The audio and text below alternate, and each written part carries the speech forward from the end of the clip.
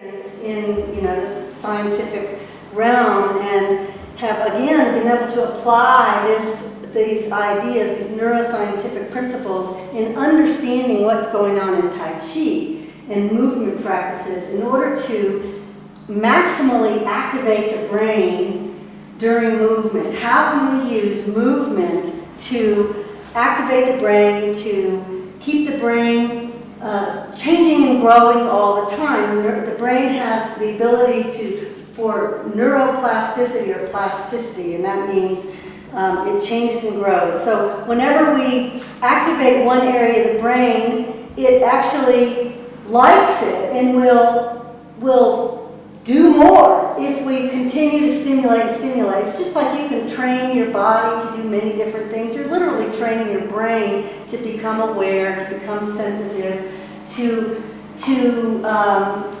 be more active in a global sense. I have 5, I'm going to say 6 now because there's really 2 different things in the first one. 5 different ways you can maximally activate the brain, in my opinion.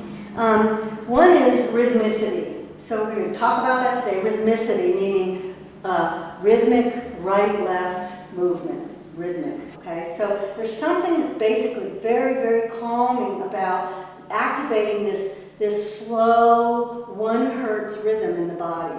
So it's like the slow rhythm seems to calm down the faster rhythm. So you have this situation where if you can actually impose these rhythmic processes on the brain, then you get everything brought back into balance. And I think this is really true with mental dysfunction as well as physical problems. So rhythmicity. The second one is synchronicity.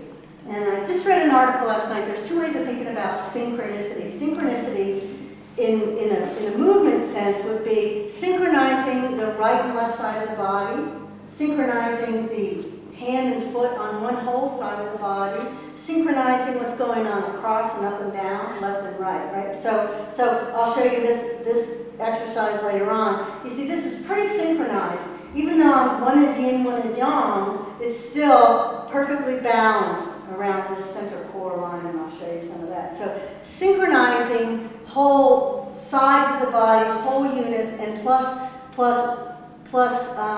what we would say is yin-yang in Tai Chi, which is sort of opposing muscle groups or opposing forces in the body. We're actually maximally activating the whole brain to be moving at the same, using everything, working all at the same time, but not in disharmony with each other, right? So I'm synchronizing my whole body to be in harmony with itself and therefore not fighting against itself. Number 3, so left-right, balanced left-right activity. They call this bilateral activity. Bilateral, in a general sense, in the scientific world or in the physical therapy world, they think of bilateral as you hold the paper down with one hand and you write with the other. Okay, that's a bilateral activity. But in Tai Chi, we have a lot of bilateral where the hands and legs and feet are doing a little bit different activities, but these are, again, super synchronized in Tai Chi and Qigong. So this sort of activity is a really super bilateral activity, right? Does that look bilateral to you now? I'm doing exactly the opposite with one side as I'm doing with the other side almost, right? And the 2 sides are integrated and acting together. Okay, so balanced left-right activity I think is really important for activating the brain maximally. So that was 3. 4. The 4th one is to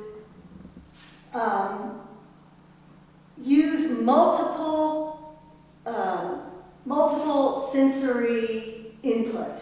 Okay. For example, we want to, if I want to, like I said with this earlier study, you notice all these are almost the same, but they're quite a little bit different. If I want to maximally stimulate the brain, I want to feel my feet, feel the joints. I want to feel the gravity, I want to feel the stretch on the muscles, feel the stretch on the tendons, feel the relaxation in the muscles, right? feel what's going on in the skin, whether it feels cool or hot, or whether you can feel a slight breeze, anything like that that I can maximally stimulate all the senses at one time. This will maximally, again, integrate processes in the brain, synchronize neural activity, and learning increases tremendously. Does that make sense? Okay. So we use multiple sensory integration techniques. I want to say first, before I talk about Qi, which is mental activity, using mental practice. Now everybody here has probably heard of visualization, right? You visualize and you can cause things to happen in the body. People visualize, a lot of athletes will use visualization techniques to practice. You know, the story about the basketball players that visualized practicing making perfect baskets versus the ones who actually practiced making perfect baskets. There was like no difference. There's a real difference in what we do in Tai Chi in mental practice and that kind of visualization. Remember, that visualization was no movement. They just sat there and mentally saw themselves doing the work.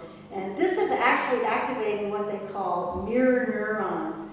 There's a specific set of neurons in the brain that will be activated whether you're moving or not, if they're the same activities either visualized or done. Now there are other neurons that are only active during movement or mostly during movement, and others that might be active during visualization processes and not the same, but these mirror neurons are the ones that are always active whether or not you're moving or not moving. So that's just the biggest surprise of recent years in the neuroscience world. I mean, they're flipping out over this stuff.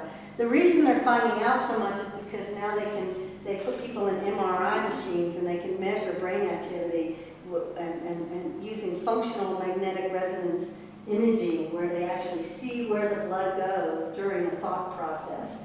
And then the other one is probably the most thing that's unique to Tai Chi and Qigong, and that's using Qi, using this idea of Qi in the body and the movement of Qi. The mental practice is actually a thought of a movement internally, which is attached to this idea of Qi. So if I, in my mind, think I have water flowing in my body, right? And it moves inside my body, and I let my body move with it, that's a whole nother level of mental practice. In other words, my thoughts are on the movement of the water as opposed to on the physical movement. Does that make some sense? We're going to practice all these things, but I think I'm just trying to get a nice overview of the day.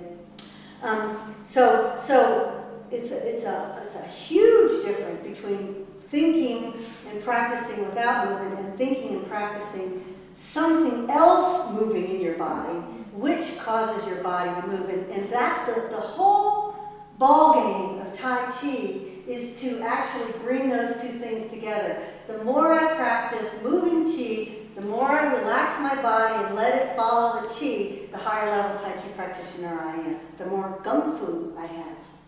Okay? So that's your Gung Fu level, is your ability to actually do that. Your ability to use your mind to do everything in Tai Chi.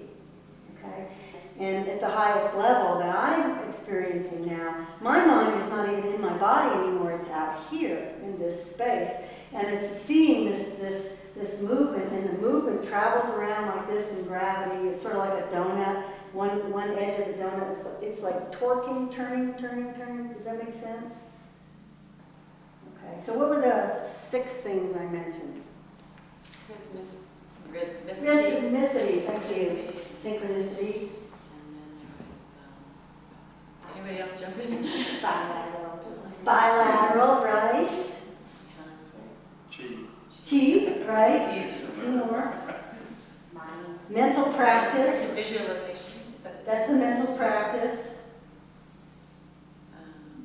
And the last one, engaging multiple sensory systems, including Qi, including